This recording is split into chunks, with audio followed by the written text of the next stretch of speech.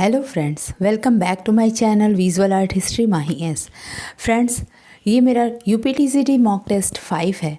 आप लोग इससे पहले 4 मॉक टेस्ट मेरे देख चुके हैं, जो कि मैं इंडियन प्रागैतिहासिक काल से मैंने पढ़ाया था, फिर वेस्टर्न प्रागैतिहासिक काल से मैंने पढ़ाया था। अभी ये जो मॉक टेस्ट 5th है, ये मिस्र की कला से रिलेटेड है। मिस्र, जिसको इजिप्ट भी कहते हैं, पिरामिड है। इसमें बहुत सारे क्वेश्चंस ऐसे हैं जो थोड़े से टिपिकल होते हैं। हम लोग को मुश्किल होती है थोड़ा सा इस क्वेश्चंस को पढ़ने में, तो इसको मैं डिटेल में डिस्क्राइब कर दूंगी, जिससे आप लोग का कॉन्सेप्ट थोड़ा क्लियर हो जाएगा। इससे पहले मैं बोलूँगी कि मेरे चैनल से जो लोग जुड़े हैं वो लोग, और जो लोग नए हों उन सब्सक्राइब कर लें और बेल आइकन को प्रेस कर लें, जिससे मैं हमेशा इस तरह की वीडियोस लाती रहती हूँ तो आपको नोटिफिकेशन मिल जाए। ये जो मॉक टेस्ट है, ये DSSB, LT, UPTCT, PGT और नेट JRF, RPSC का भी अगर लेक्चरर का फाइन आर्ट से रिलेटेड दे रहे हो एग्ज़ाम, तो उनके लिए, हरियाणा से जो भी लोग लेक्चरर का या टीचर का फाइन आर्ट से रिलेटेड जितने भी एग्ज़ाम हैं, BFA, MFA एंट्रेंस के लिए, सबके लिए ये हेल्पफुल होगा। तो मेरे चैनल को आप सब्सक्राइब कर लें और बेल आइकन को प्रेस कर लें। फिर मैं स्टार्ट करती हूँ अपना मॉक टेस्ट। मॉक टेस्ट का रूल मैं पहले बता देती हूँ कि मेरे मॉक टेस्ट में पहले आपको 20 क्वेश्चंस मैं बोल के बताती हूँ। आप पेपर पेन लेके बैठा करिए मेरे मॉक टेस्ट के साथ और इसको सॉल्व किया करिए। ABCD इसका आंसर देना है और मुझे कमेंट बॉक्स में कमेंट करिए कि आपको कितने क्वेश्चन आपके राइट होते हैं। तो आप उस हिसाब से अपना जज कर सकते हैं कि आपके इस बार अभी कितने क्लियर हो रहे हैं, तो आपको वो टॉपिक पे कितना अभी मेहनत करने की ज़रूरत है। और उसके बाद जब मैं आंसर दूंगी तो डिटेल में आपको डिस्क्राइब कर दूंगी। फिर आप एक बार ऐसे करके फिर अगेन आप एक बार देखेंगे वीडियो को और फिर खुद से सॉल्व करते हैं, तो शायद आपका कुछ क्वेश्चंस इम्प्रूव हुए रहेंगे। तो आप अपने आप को भी चेक कर सकते हैं इस तरीके से इस मॉक टेस्ट को देके। तो स्टार्ट करते हैं। फर्स्ट क्वेश्चन, मिस्र की नगर सभ्यता की कला को क्या कहा जाता था? अंत्येष्टि की कला, मिस्र की प्रागैतिहासिक कला, मृतकों संस्कारों की कला, और AC दोनों। ठीक है। क्वेश्चन नंबर 2, इजिप्ट शब्द किस भाषा से विकसित हुआ था? चीनी, यूनानी, अमेरिकी, या इनमें से कोई नहीं? मिस्र के प्राचीन शासक का क्या नाम था? नेफरतीती, थुथुमुस, फराउन, इनमें से कौन है? ठीक है, इनमें से कोई नहीं। 4th D आप लगा लेना। मिस्र काल के आरंभिक पात्रों को किस रंग से रंगा जाता था? लाल पर हरा रंग, गहरे रंग के धरातल पर श्वेत रंग द्वारा चित्रण, काले पे गुलाबी, या बादामी पर काला? यहाँ पे काला होगा। थीनी युग के द्वितीय संस्थापक फराउन खसेखम की 2 प्रतिमाएं 3300 ईस्वी पूर्व में प्राप्त हुई हैं। किस पत्थर से निर्मित की गई थी? चूना पत्थर से, बेसाल्ट पत्थर, संगमरमर, या ग्रेनाइट? ठीक है। क्वेश्चन नंबर 6, थीनी युग में सम्राट जोसर नका पिरामिड किसने बनवाया है? इम्होतप, फराउन, नेफरतीती, या थुथमुस? थुथमुस नाम था राज्य सम्राट का। खुफरू, खाफरे और मैकुरे का पिरामिड कहाँ पर स्थित है? गीजा, चाइना, यूनान, या मेसोपोटामिया? इन पिरामिडों के तहखानों में क्या संग्रहित होता था? मृद भांड, मृतकों की पुस्तक, शासकों की ममी, या इनमें से कोई नहीं? क्वेश्चन नंबर 9, स्फिंक्स नरसिंह की मूर्ति कब निर्मित की गई थी? जो कि एक पिरामिड के ऊपर स्फिंक्स नरसिंह की मूर्ति है, वो कब निर्मित हुई थी? उसका टाइम पीरियड बताना है। 2550 ईस्वी पूर्व, या 2500 ईस्वी पूर्व, 2000 ईस्वी पूर्व, या 1000 ईस्वी पूर्व? मिस्र में नफरमात के मकबरे में रिलीफ आकृतियों के मध्य कैसे रंग का लेप भरा गया है? हल्के से गाढ़े रंग का लेप, गाढ़े रंग का लेप, या लाल पर काला लेप, सफ़ेद पर लाल? ठीक है। गीजा क्षेत्र के अन्य मकबरे के चित्र प्रायः किस विषय से संबंधित क्रियाकलापों का विवरण प्रस्तुत करते हैं? आखेट, विवाह, दाह संस्कार, या जीवन चक्र से? क्वेश्चन नंबर 12, मिस्र की कला में थुथमुस एक ही में होता है। थुथमुस तृतीय ये सम्राट थे के समय कला का विकास हुआ था या पतन हुआ था? आपको बताना है। विकास हुआ था आंसर है इसका, पतन हुआ था या दोनों हुआ था या इनमें से कोई नहीं हुआ था। मीन्स दोनों हुआ था, मीन्स ना तो विकास और ना ही पतन हुआ था। क्योंकि ये भी हो सकता है कि प्राचीन सम्राट जो चीज़ बना के कैरी करके रखा हो उसको ही कंटिन्यू किया हो इन्होंने, उसको विकसित नहीं किया हो, या पतन उस पर ध्यान ना दिया हो। तो आपको ये आंसर बताना है। 13, अखनातन के समाधि गृह की कला में किस संबंधी विषयों का अंकन हुआ है? जीवन दर्पण का, भोग विलास का, सूर्योपासना का, या इनमें से कोई नहीं? क्वेश्चन नंबर 14, अखनातन के बाद उसका दामाद सम्राट हुआ था, उसका नाम क्या था? नफरतीती, तूतनखामेन, या ये दोनों थे उनके दामाद, या इनमें से कोई नहीं थे? 21वें से 24वें राजवंश तक 1805 से 712 ईस्वी पूर्व नवीन राज्य के पाश्चात्य की कला कितने धाराओं में विभक्त हो गया था? थीवन चीनी केवल एक ही धारा में, या ए भी दोनों धाराओं में? ठीक है, आपको आंसर देना है। क्वेश्चन नंबर 16, मृतकों की पुस्तक पर किस पर लिखी गई है? बबूल के पेड़ की छाल पर, बांस की छाल पर, पेपीरस की छाल पर, या आम के पेड़ की छाल पर? क्वेश्चन नंबर 17, मिस्र की कला किस नदी घाटी से संबंधित है? तिजात नदी घाटी, नील नदी घाटी, अमेजन नदी घाटी, इनमें से कोई नहीं? क्वेश्चन नंबर 18, मिस्र की कला किसके आरंभिक रूप चिन्हित करती है? नैतिकता, विज्ञान, दर्शन, या ये तीनों के रूप? चीनी कला किस नदी घाटी सभ्यता पर विकसित हुई थी? पीत नदी पर, नील नदी पर, सिंधु नदी, या तिजात नदी? क्वेश्चन नंबर 20, हड़प्पा की सभ्यता किस नदी घाटी पर विकसित हुई है? पीत नदी, नील नदी, सिंधु नदी, या तिजात नदी? ठीक है, तो ये हो गए हमारे 20 क्वेश्चंस। अभी मैं आंसर आपको कुछ डिटेल में दूंगी।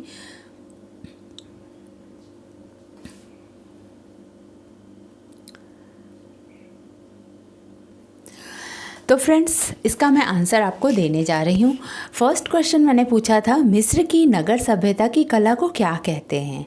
तो इसकी जो नगर की कला सभ्यता थी इसको अंत्येष्टि की कला कहते हैं। राइट आंसर इज ए, अंत्येष्टि की कला कहते हैं। अब क्यों कहते हैं अंत्येष्टि की कला? इसका जो प्रधान केंद्र था वो मकबरा है, जिसका राजकीय विशाल रूप ही पिरामिड है। ठीक है, तो ये जो पिरामिड था इसके नीचे जो था वो जो शासकों का ममीज़ उसमें रखी जाती थी, उसके ऊपर ये पिरामिड बनाए जाते थे। तो ये जो अंत्येष्टि था, मृतकों की कला थी, वो था यहाँ पर। ठीक है, तो इस कला के इतिहास कोई 3000 वर्ष पूर्व से व्यथित रूप में मिलता है। ये संपूर्ण कला मृतकों की पुस्तक है, बुक ऑफ डेथ। इसको लिखा गया था बुक ऑफ डेथ में, मृतकों की पुस्तक वहाँ लिखा जाता था, में वर्णित मरणोपरांत जीवन के आधार पर विकसित हुई है। ये यूरोपवासी इजिप्ट के नाम से जानते हैं तथा अरब लोग मिस्र कहते हैं, जिसके संबंध यहूदी भाषा में मैथसेम शब्द से है। जो इजिप्ट शब्द भाषा का विकास हुआ था वो यूनानी हुआ था, जिसको एगुप्टोस से विकसित हुआ था। नेक्स्ट क्वेश्चन मेरा यही था, इजिप्ट शब्द किस भाषा से विकसित हुआ था? तो इजिप्ट शब्द जो था वो यूनानी भाषा से विकसित हुआ था। इन्होंने पहले जो यूनानी शब्द था वो एगुप्टोस था, उससे इजिप्ट हो गया, मतलब मीन्स स्टार्ट हुआ था एगुप्टोस से, बट धीरे धीरे उसको कहते कहते प्रोनाउंस करते करते इजिप्ट में इसको कन्वर्ट कर दिया गया। इस तरीके से ये इजिप्ट कहा जाने लगा। थर्ड क्वेश्चन था, मिस्र के प्राचीन शासक को क्या कहा जाता था? तो जो मिस्र के प्राचीन शासक थे वो फराउन थे। Right answer is C, फराउन।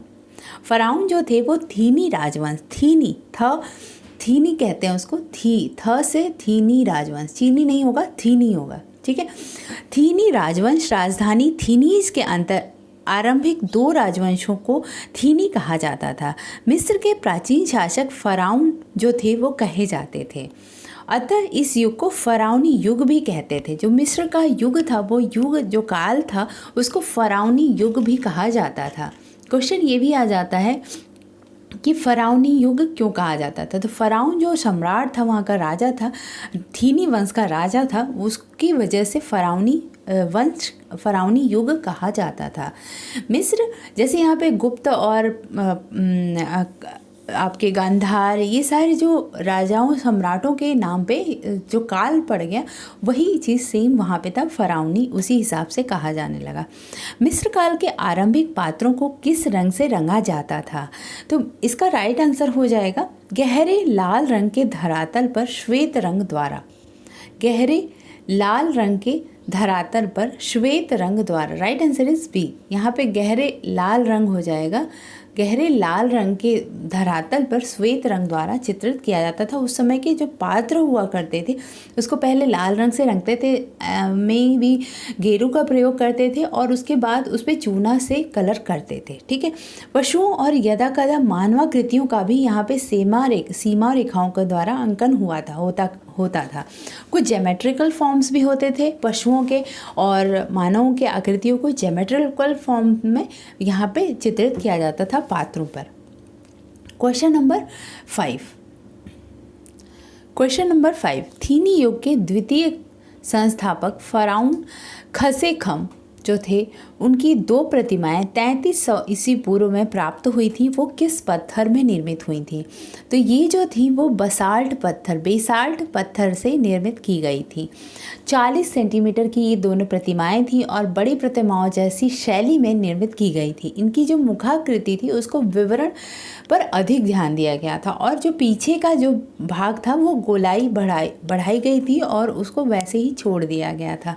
तो इस तरीके से ये चित्र बनाए जाते थे उस समय। Question number 6। थीन युग में सम्राट जोसर का पिरामिड, यहाँ पे जोसर का पिरामिड होगा, जोसर ना हटा दो। जोसर का पिरामिड किसने बनवाया था? तो जो जोसर था उसका पिरामिड इम्होतप ने बनवाया था। राइट आंसर इज ए, इम्होतप ने बनवाया था। इम्होतप कहा जाता है कि इम्होतप जो था वो जोसर का वजीर था, मंत्री था और एक शिल्पी भी था। कुछ विद्वानों के अनुसार वह शिल्पी था जो इतिहास में वर्णित प्रथम वास्तुशिल्पी के नाम से जाना जाता है। यह पत्थर द्वारा निर्मित पहला पिरामिड था जो कि जोसर का पिरामिड बनाया था इम्होतप ने। Question number 7।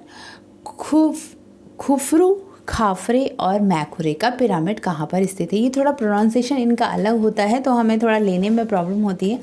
खुफरू, खाफरे और मैकुरे का पिरामिड आपको गीज़ा में मिलता है। गीज़ा का पिरामिड जो है वो 3 पिरामिड जो एक साथ है वो खुफू, खाफरे और मैकुरे का पिरामिड है। वैसे तो यहाँ पे कुल 80 पिरामिड हैं पर ये 3 प्रमुख हैं। इसमें पहले संगमरमर लगे थे पर अब जो है वो सिर्फ पत्थर की टाइल्स ही दिखाई देती है। अभी संगमरमर सारे गिर चुके हैं या किसी ने निकाल ले गए होंगे। इस तरीके से ये 3 पिरामिड जो था खुफू, खफरे और मैकुरे का था।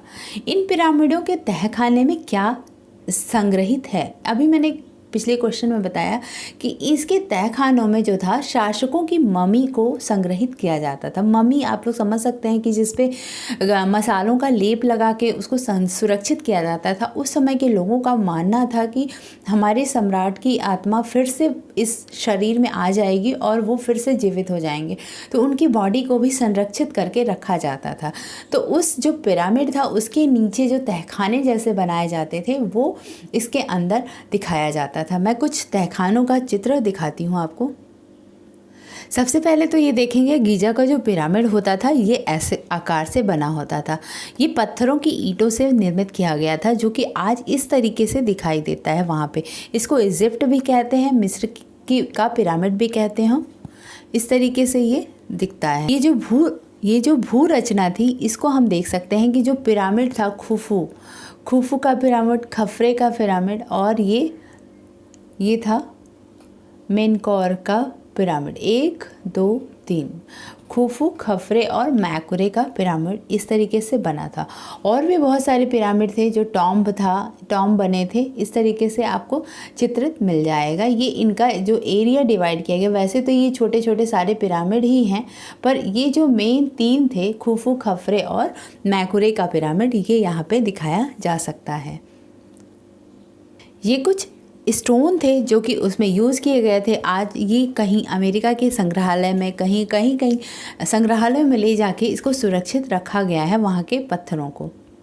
ये जो तहखाने जैसे बने होते थे वो इसके अंदर का ये जो चित्र आप देख सकते हैं इस तरीके का हुआ करता है। अभी उसमें कुछ लाइट्स भी लगा के रखी गई हैं, जो कि आप तहखानों में जाएंगे तो वहाँ पे मम्मी रखे हुए अभी भी दिख जाएंगे। ये निसरिंग का जो पिरामिड है, जो निसरिंग के नाम से जाना जाता है, वो वाला है जिसको हम स्फिंक्स की मूर्ति कहते हैं। ये इसका टाइम पीरियड था 2500 ईस्वी पूर्व, जो कि नेक्स्ट क्वेश्चन में मैंने पूछा था कि स्फिंक्स की जो मूर्ति थी, नृसिंह की मूर्ति, उसको कब बनाया गया। 2500 ईस्वी पूर्व में बनाया गया है। क्वेश्चन नंबर 9 था स्फिंक्स नृसिंह की मूर्ति कब निर्मित की गई थी। इसका राइट आंसर बी हो जाएगा। 2500 ईस्वी पूर्व में नृसिंह स्फिंक्स की मूर्ति को बनाया गया था। खफरे के पिरामिड से खफरे के मंदिर तक जाने वाले मार्ग के बीच में यह मूर्ति स्थित है। खफरे के पिरामिड के लिए जिस पहाड़ के पत्थर को लाया गया था, वही बचे हुए पत्थरों से इस एक बड़े शिलाखंड में इसका निर्माण हो गया था, जिसके द्वारा इसको निर्मित किया गया था। ठीक है, नेक्स्ट क्वेश्चन है 10। मिस्र के नफरमात के मकबरे में रिलीफ आकृतियों के मध्य कैसे रंग का लेप भरा गया था। तो ये था इसका राइट आंसर, गाढ़े रंग का लेप भरा गया है। राइट आंसर इज बी, गाढ़े रंग का लेप भरा जाता है इसमें। इसकी जो सीमाएं थी निकटवर्ती पृष्ठभूमि में लीन होती थी, दिखाई देती थी। कहा जाता है कि इस प्रकार की आकृतियां अधिक स्थायी होती थी। इस मकबरे में चूना पत्थर का प्रयोग हुआ है। नफरमात की पत्नी आतत की समाधि में चूना पत्थर का प्रयोग नहीं हुआ है। ईंटों से बने भवन की भित्तियों पर मसाले का लेप करके चित्रांकन किया गया है। इसमें से केवल दाना चुगते हुए हंसों के दृश्य का एक भाग ही शेष है। मूल चित्र में जाल के द्वारा पक्षियों को पकड़ने की घटना को प्रस्तुत किया गया था। इसकी रंग योजना विविध है और केवल मूल रंग की ही नहीं वरन अनेक विभिन्न मिश्रणों का भी उपयोग किया गया है। इसके जो लेप लगाए गए हैं उसमें बहुत सारे कलर्स यूज़ किए गए हैं। ठीक है, तो नेक्स्ट क्वेश्चन है 11। गीजा के क्षेत्र में के अन्य मकबरे के चित्र प्रायः किस विषय से संबंधित क्रियाकलापों का विवरण प्रस्तुत करते हैं। तो इसका राइट आंसर हो जाएगा प्रायः ये दाह संस्कार का चित्र प्रस्तुत करते थे। ठीक है, नेक्स्ट क्वेश्चन नंबर 12। मिस्र की कला में थुथमुस जो था वो तृतीय के समय कला का विकास हुआ था या पतन हुआ था। तो राइट आंसर इसका हो जाएगा ए, विकास हुआ था। थुथमुस जो थे वो कला का विलास वैभव तथा शान शौकत का चित्रण इसके राज में हुआ था। इन्होंने अपनी राजसी शान शौकत को अपने कलाकृतियों में दिखाने का प्रयास किया था। मुख्य रूप से शानदार भोज दृश्य अंकित करवाए थे इन्होंने। भोजन करने वाले व्यक्ति भूमि पर सरकंडों के आसन बिछाकर बैठे होते थे। उनके सिर पर कुल्ले नुमा सफ़ेद टोपी होती थी। युवतियाँ जो होती थी, बालाएँ जो होती थी, वो अपने बालों में गजरे लगाकर मदिरा को उनके ग्लास में उड़ेलते हुए दिखाया गया है। ये सारे जो चित्र थे वो एक तरह से आक्षिप्त थे, मीन्स ओवरलैप्ड दिखाए गए हैं, जो कि आपको इससे एक बहुत ही सुंदर चित्र देखने को मिलता है। यह चित्रित करता है और चित्रों में स्वाभाविक तथा गहराई का समावेश इसमें हुआ है इनके टाइम के समय में। थुथमुस जो थे तृतीय थे। थुथमुस तृतीय के टाइम में लर्न कर लीजिएगा इसको, थुथमुस तृतीय। ठीक है, क्वेश्चन नंबर 13। अखनातन की समाधि गृह की कला में किससे संबंधित विषयों का अंकन हुआ है। जो अखनातन थे उनकी समाधि गृह के कला में ज़्यादातर सूर्योपासना, राइट आंसर इज सी, सूर्योपासना का चित्रित किया गया है। सम्राट पारिवारिक जीवन के दृश्यों को भी स्थान मिलने लगा। इस स्थान की आकृतियां बड़ी दुर्बल तथा अनुपात विहीन प्रतीत होती थी। लगता है कि रुग्ण मनुष्यों का चित्रण किया जाता था। फिर अखनातन के युग में कला के विषयों एक शैली का यह परिवर्तन बड़ा महत्वपूर्ण माना जाता है। Question number 14। अखनातन के बाद उसका दामाद सम्राट हुआ और उसका नाम क्या था? उसका नाम था तूतन खामन। तूतन खामन उसका दामाद था अखनातन का, जो कि उनकी गद्दी उन्होंने संभाली थी। और जो तूतन खामन की नफरतीती थी उनकी पत्नी थी। ठीक है, नफरतीती उनकी पत्नी थी और तूतन खामन उनका दामाद था। ठीक है, तो इस तरीके से इसका हम जिक्र करते हैं तूतन खामन और नफरतीती अखनातन का। 21वें से 24वें राजवंश 1805 से 712 ईस्वी पूर्व में नवीन राज्य के पश्चात की कला कितने धाराओं में विभक्त हो गई थी?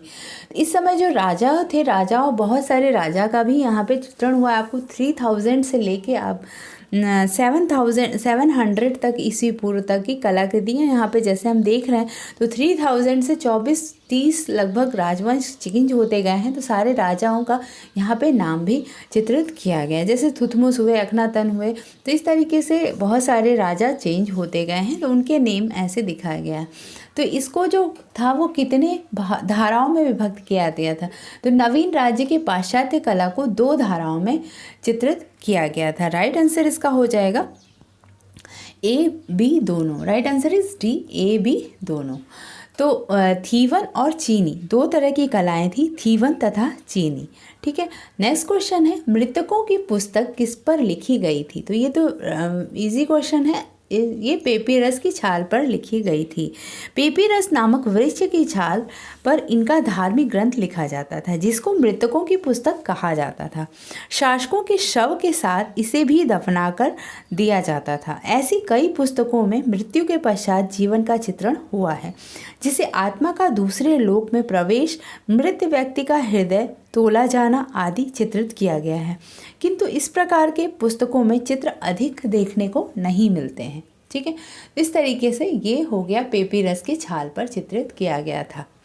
क्वेश्चन नंबर 17, मिस्र की कला किस नदी घाटी से संबंधित है? तो मिस्र की कला नील नदी घाटी पर संबंधित है, ये आप जानते ही होंगे। जितनी भी कलाएं थी, जैसे मेसोपोटामिया की कला, मिस्र की कला और यहाँ पर सिंधु की कला या हड़प्पा की कला बोल सकते हैं, तो किसी न किसी नदी घाटी परियोजना पे ही वो चित्रित होती थी। ठीक है, तो ये जो थी मिस्र की कला वो नील नदी घाटी पर चित्रित हुई थी। क्वेश्चन नंबर 18, मिस्र की कला किसके आरंभिक रूप चिन्हित करते हैं? मिस्र की कला में नैतिकता, विज्ञान तथा दर्शन, ये तीनों के चित्र दर्शन होते हैं। तो राइट आंसर इसका डी हो जाएगा। नैतिकता, दर्शन तथा विज्ञान, ये तीनों के दृश्य को हम देख सकते हैं। चीनी कला किस नदी घाटी पर घाटी सभ्यता पर विकसित हुई? तो चीनी कला जो थी वो पीत नदी, राइट आंसर इज ए, पीत नदी घाटी पर स्थित हुई थी। कहा जाता है कि पीत नदी की नदी पर चीनी कला सिंधु घाटी भारतीय सभ्यता की कला के कुछ रूप अंधविश्वासी अंत्येष्टि संस्कारों अथवा पूजा आदि से संबंधित हैं। ये आकाशीय शक्तियों, नक्षत्रों, जन्म मृत्यु के विचारों और मान्यताओं से जुड़े हैं। इन कलाओं में नैतिकता, विज्ञान और दर्शन तीनों के आरंभिक रूप चिन्हित होते हैं। तो ये जो थी सारी एक साथ की कलाएं थी। आप समझ सकते हो कि ये जो टाइम पीरियड था, जो मैं अभी मिस्र की कला का टाइम बता रही हूँ, यही सेम टाइम आपके हड़प्पा की कला का भी था। सिंधु घाटी सभ्यता लगभग सिमिलर ही टाइम चलता है। तो ये जो टाइम पीरियड था, उस समय जो कलाकृतियाँ थी वो नैतिकता, विज्ञान और दर्शन तीनों से आरंभिक रूपों से चिन्हित होती थी। और इस समय अंत्येष्टि संस्कारों, पूजा का आदि से संबंधित होता था। आकाशीय शक्तियों, नक्षत्रों, जन्म मृत्यु विचारों से इनकी मान्यताएं जुड़ी हुई होती थी। ठीक है, क्वेश्चन नंबर 20 की तरफ बढ़ते हैं। हड़प्पा की सभ्यता किस नदी घाटी पर विकसित हुई? जैसा कि मैंने अभी बताया, हड़प्पा की सभ्यता सिंधु घाटी सभ्यता, इसको सिंधु घाटी सभ्यता भी कहते हैं क्योंकि वो सिंधु नदी पर विकसित हुई थी। इस वजह से सिंधु घाटी सभ्यता भी कहते हैं, हड़प्पा सभ्यता भी कहते हैं। हड़प्पा जो स्थान था, इस वजह से जो भी खोजे जाते हैं, जो स्थान सबसे पहले खोजा जाता है, या तो उसके नाम पे पड़ता है सभ्यता का नाम, या उस नदी के उसके आसपास की नदी घाटी के ऊपर पड़ता है या उसके टाइम पीरियड पे मोहनजोदड़ो की भी कला इसको कहते हैं। तो इस तरीके से इसका नाम सिंधु घाटी, हड़प्पा और मोहनजोदड़ो तीनों हो सकता है। ठीक है, तो फ्रेंड्स ये हो गए मेरे 20 क्वेश्चंस। नेक्स्ट क्वेश्चन मैं जल्दी ही लेके आऊँगी। तब तक के लिए मेरे चैनल को लाइक करिए, शेयर करिए और सब्सक्राइब करिए। अपने मॉक टेस्ट का मुझे आंसर ज़रूर बताइए कि आपके कितने क्वेश्चन राइट होते हैं। Thank you for watching my video and keep watching, keep learning. Bye bye.